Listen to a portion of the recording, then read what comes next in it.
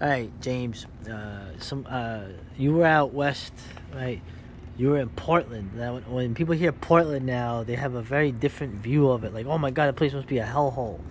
But in general, you spent 9 months out west. You're here in the east for a little bit, for the summertime. What are your observations of America? Well, since you've been across this great land from one end to the other, what do you notice in this last year? Like, what changes? Even they come hard and fast now. What are your observations? 2 months in Utah, 4 months in Portland, 2 months in the Cascades up in Washington, and then the rest of the time traveling. I probably spent 10 days in California, a couple days in Illinois. Amtrak on the train, they used to have these text line machines like we used to use to order groceries in the supermarket. Okay. They now use these phones to scan your ticket or your e-ticket on your phone or your computer or whatever, which tells me, like the medical field, you can't have a job working for them unless you have a smartphone. Okay? Because you can't even do your job and scan people in unless you have that. That kind of struck me as somebody with without one of those smartphones. I would say that in 2017, 18, and 19, there were everybody on the trains, except for a couple of weirdos like me, were mostly boomer, middle class, retirees, or vacationing people. Usually retirees that are vacationing, because it takes you a long while just to even get anywhere on the train. Oh, yeah.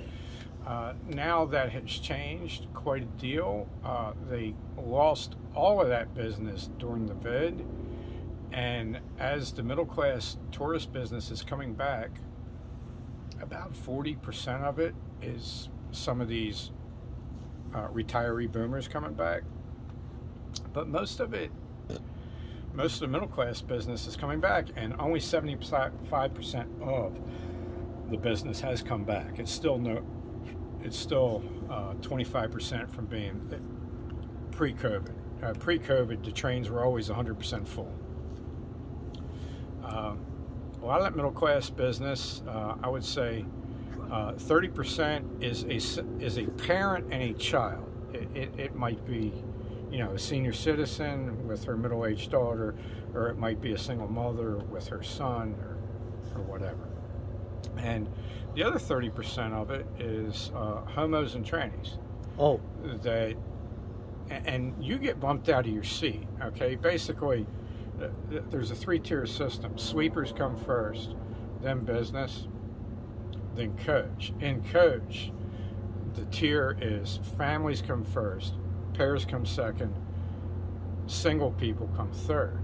So if there's a pair, and let's say you and I are each at a window seat, and then we got an empty aisle seat, and 2 homos get on and they want to be able to spoon and pet, then they're going to move me to sit next to you so that these 2 guys can get it on. After dark on the train ride. Well, hey, right. You know what? So they're not getting it on next to you. So yeah, so that's kind of different. Prices are up 30% on a train. Okay, $5 beer is now $7.50. $7.50 shot is now $10.50, and the food prices have gone up commensurate with the alcohol, the same. The only thing that got a lesser raise was coffee. Went from $2.50 to $2.75 a cup, which I think is inflation. So the other stuff is like opportunistic. Yeah, it's like, and what have you noticed? Like, and that's on the Amtrak. But what have you noticed back on the ground in Portland and California? Portland, I walk 3 miles in the morning, and I typically pass through 4 homeless camps. The homeless people will usually try to camp in the declivities near the highways, so you can't see them from the highways, right, and you can't see them from the neighborhood. Most of them will try to stay out of trouble. The ones that camp closest to people's habitations where somebody's buying a house, will be more likely to try to keep their act cleaned up. The homeless people that, well, they're probably trying to get away from the main camp and not be a nuisance to the homeowners. The people that are the messiest are the people that park a camper on a residential back street and just throw their trash out into the street. That's a real problem. Sure. The other ones that are the messiest are the tent campers that park along main thoroughfares where there's a service road. So like Lock Raven Boulevard in Baltimore, the analog in Portland is Powell, which was at one time, I'm told, envisioned as a highway that would go all the way to Mount Hood. And it does go halfway to Mount Hood out to a town called Gresham. And there's that service road where you could like pull over and park to patronize all the businesses. Yeah. Well, once the defund the police thing happened and a lot of the businesses started to fail, the homeless people just occupied that service road area, which is essentially like a road-shaped parking lot, which gives you access back into the neighborhood, and it's got a sound wall backing it. Those people just throw their crap everywhere, and it's a real mess, and it's a real eyesore.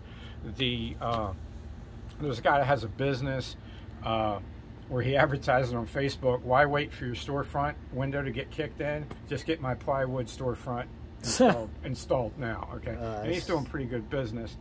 There's 2 post offices I've been past that had their windows knocked out, and the one dive bar that I go to has had 3 of the 4 glass doors kicked in. So a lot of these places now have plywood storefronts, which makes it more like Baltimore.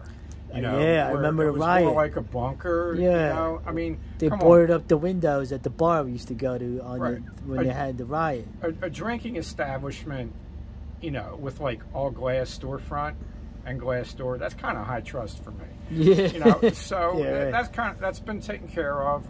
The local people I know are very upset that their beautiful city has gone to hell, is what they usually tell me.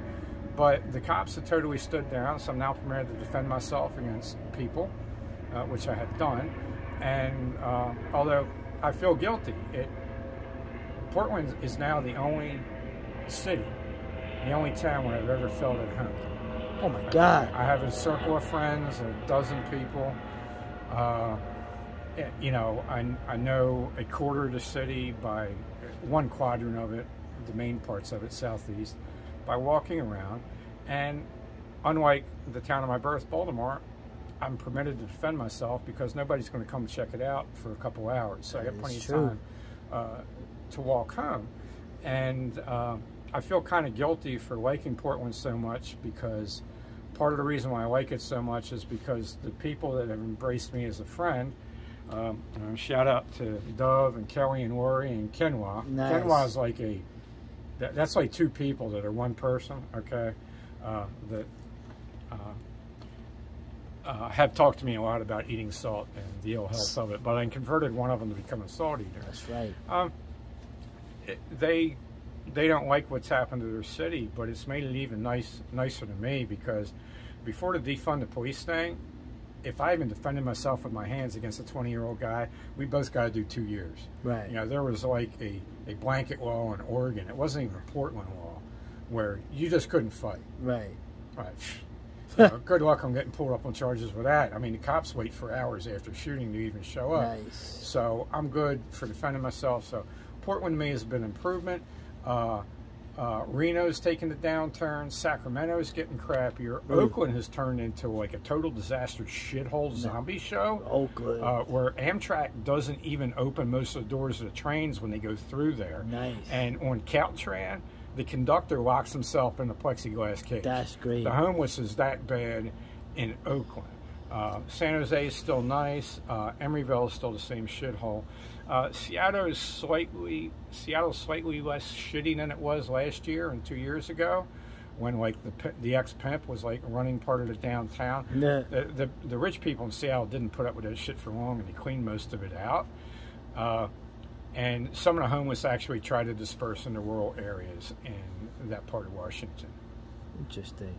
All right, so that's the West Coast, right? That's the my man's out there. Right? Old school bums in Chicago are making a comeback. Oh, is it? That's right. They're coming into Union Station and actually stepping up to fat millennial okay, businessmen, like 30-year-old businessmen that are traveling while they're eating their sub and like shaking them down for money. Nice. Just tall, ashen-skinned, 60-year-old lean guy saying, "Hey, yo, I'm hungry out here, and I see you're eating that nice sub. Could you spare some?" We hungry out here. Okay, so that's kind of cool. They ignore me.